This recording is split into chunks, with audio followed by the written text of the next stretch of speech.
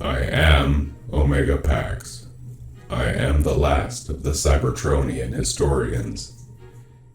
This is the history of Transformers.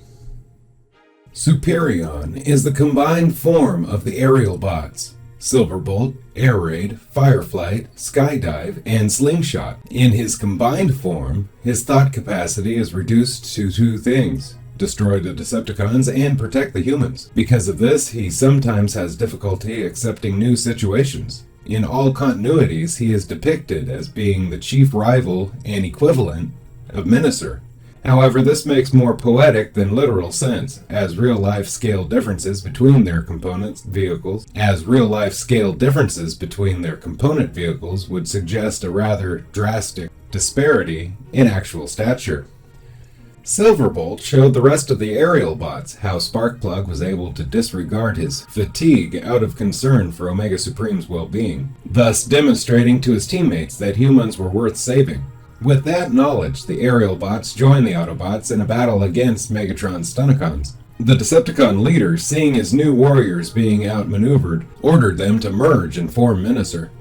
The Aerialbots formed SUPERION as a countermeasure. At first, SUPERION was able to match Minister, but the Decepticons' combiner's sheer aggression soon saw the Autobots on the defensive, until he was trapped.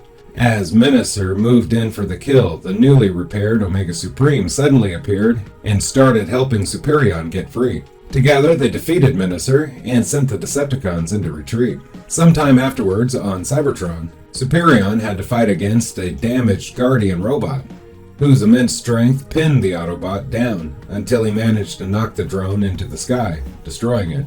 While defending the Statue of Liberty, SUPERION got a second attempt at defeating Minister. This battle went a lot better for him, as he single-handedly defeated Minister and destroyed Megatron's lightning bug weapon.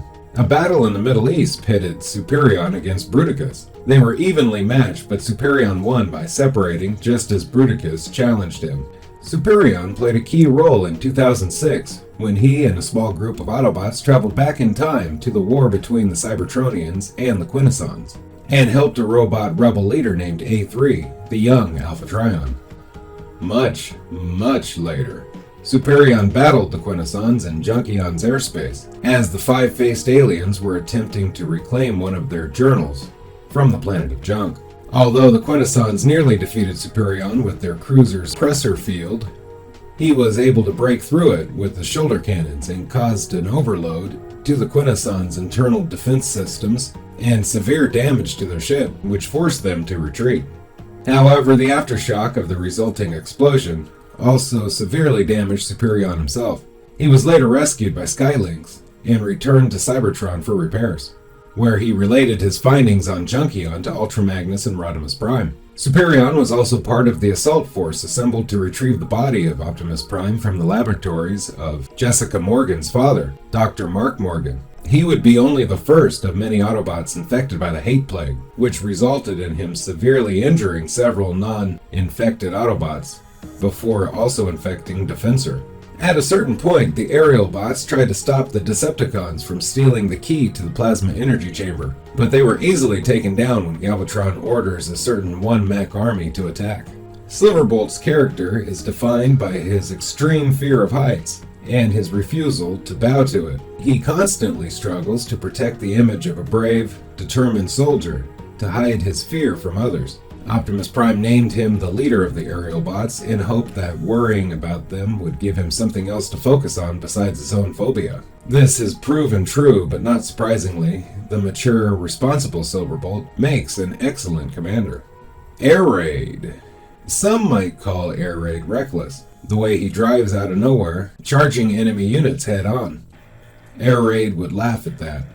A rash and fearless young warrior who loves surprises, especially those that leave his foes too stunned to fight back. He has only one real goal in life: to have fun. Needless to say, his attitude puts him in a lot of danger, but you can see he's sure enjoying himself the whole time. Fireflight combines a childlike sense of wonder with the soul of a daydreamer, resulting, unfortunately, in one major menace to airborne navigation. Near collisions and crashes come fast and frequent when he's around. If the Aerialbots had to be certified to take to the air, he would have been grounded for life a long time ago. Fireflight means well and has a good heart. He just can't keep losing himself in the beauty of the world when seen from the sky. It's hard for his teammates to get too mad at someone so filled with wonder and innocence. But at the same time, it's hard to fly next to someone who's never paying any attention to what's going on. Skydive, it's been said, would rather read about an aerial battle than take part in one. He's the Aerialbots' resident bookworm, and is fascinated by the history and science behind aerial warfare. Within the limits of his design, he's capable of duplicating the flight patterns of anything he sees. His knowledge of aerial warfare and tactics is unmatched. Skydive is probably the most skilled Autobot flyer in existence, and the fastest Aerialbot. All of that, and you're more likely to find him secluded in a cozy library than actually in the sky. He's simply too modest and bookish to try to realize how smart and skilled he really is. Thankfully, the rest of the Autobots definitely do. Slingshot won't ever win a Mr. Popularity contest. He's an incessant bragger, even when he's done absolutely nothing to brag about. He likes to take credits for the exploits of others, a thoroughly annoying habit that never fails to elect animosity from his fellow Aerialbots. Most of his other Autobots are also aware of Slingshot's rotten personality and would prefer him remove himself from their struggle against the Decepticons. But much to the surprise of everyone, Autobot leader Optimus Prime turns a blind optical sensor to Slingshot's faults, and instead is very supportive of him. Optimus Prime realizes, and he may be the only one who does, that Slingshot acts this way to disguise his own lack of confidence. He's the slowest and has the least range of all the Aerialbots, and feels inferior as a result. Despite everything else, Slingshot is a loyal and hard-working soldier, qualities that Optimus Prime believes merits his understanding and trust. As a white Sea Harrier jump jet, Slingshot is a vertical takeoff and landing aircraft, which means he can shoot straight up from the ground like a rocket, and needs only a launching pad, not a long runway, to take off from and land upon. Although the slowest of the Aerialbots, his maximum speed is Mach 1.6, and he's the most maneuverable. He can virtually turn in mid-air. His range is 800 miles. He is also the best sharpshooter of the Aerialbots. His twin Motar cannons can hit a highway stop sign 6 miles away.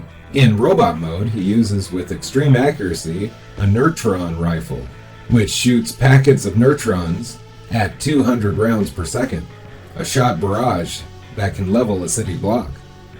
He combines with his fellow Aerialbots to form the giant robot known as SUPERION. Slingshot's unorthodox method of flying takes its toll on his equipment.